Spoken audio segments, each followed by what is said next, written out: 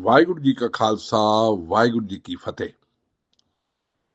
Dear brothers and sisters, you will recall that in my earlier posts, I was discussing two world wars. When the Second World War came to an end, the Britishers were making mind to give freedom to various countries. India was one of these countries. It was given independence, and the contribution of the Sikhs in this freedom struggle was highly appreciated by many leaders. I had already spoken in my earlier post that when the keys of Sri Harmandir Sahib were handed over to Sikhs after their morcha for the possession of keys, then Mahatma Gandhi had sent a telegram saying that it was the first battle of freedom which was won. And this view was supported by many other leaders like Lala Lajpat Rai ji, Dadabhai Nauroji, Motilal Nehru ji, and all these things. Motilal Nehru had stated that Sikhs had shown the way to fight for the freedom. And this view was supported by all others. It is also believed that Pandit Madan Mohan Malviya ji had once stated that all Hindu families should make at least one of their sons, preferably the elder one, a Sikh, so that there may be a momentum in the fight for the freedom. Because Sikhs were recruited in great number in army by the Britishers, treating them as a martial race, that was also the reason that this kind of statement was made by Panditji, who was a great patriot as well as a freedom fighter.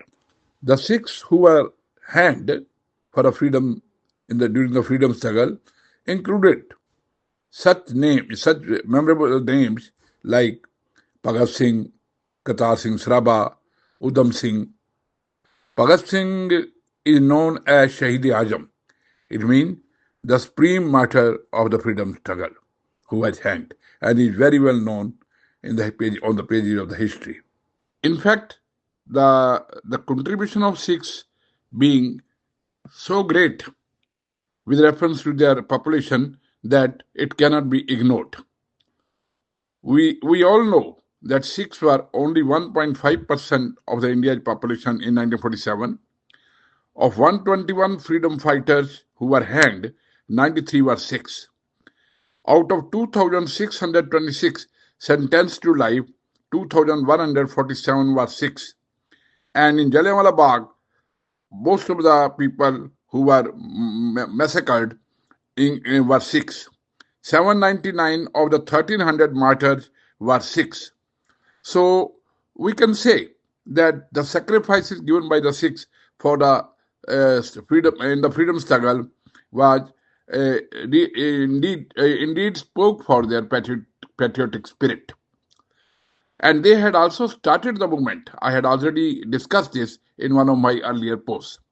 One thing is very clear, that Sikhs who had fought for the independence of the country became victims, sufferers when the independence of the country came. The partition took place of Punjab, and half of the Punjab was gone to Pakistan. Most fertile land of the area had gone to that site.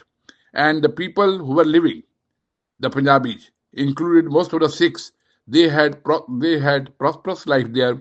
They had assets, they had buildings, they had vehicles, and they had all to leave them.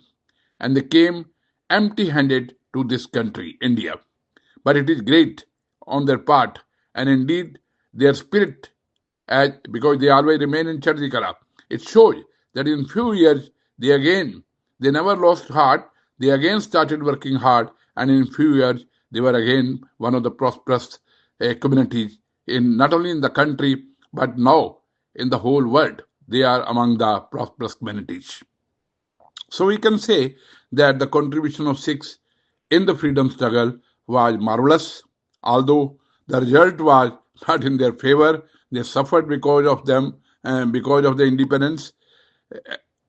Not only this, even after independence, whatever battles were fought and wherever the need was there to preserve the freedom which was sought by the country. The Sikhs were in the forefront to save it. I will be talking about them in my subsequent talks about on this issue. And till then, I take your leave. Kindly go on liking these posts and subscribe to our channel, Uniqueness of Sikhism. I shall be grateful. Thank you very much. Vaheguru Ji ka Khalsa, Vaheguru Ji ki Fateh.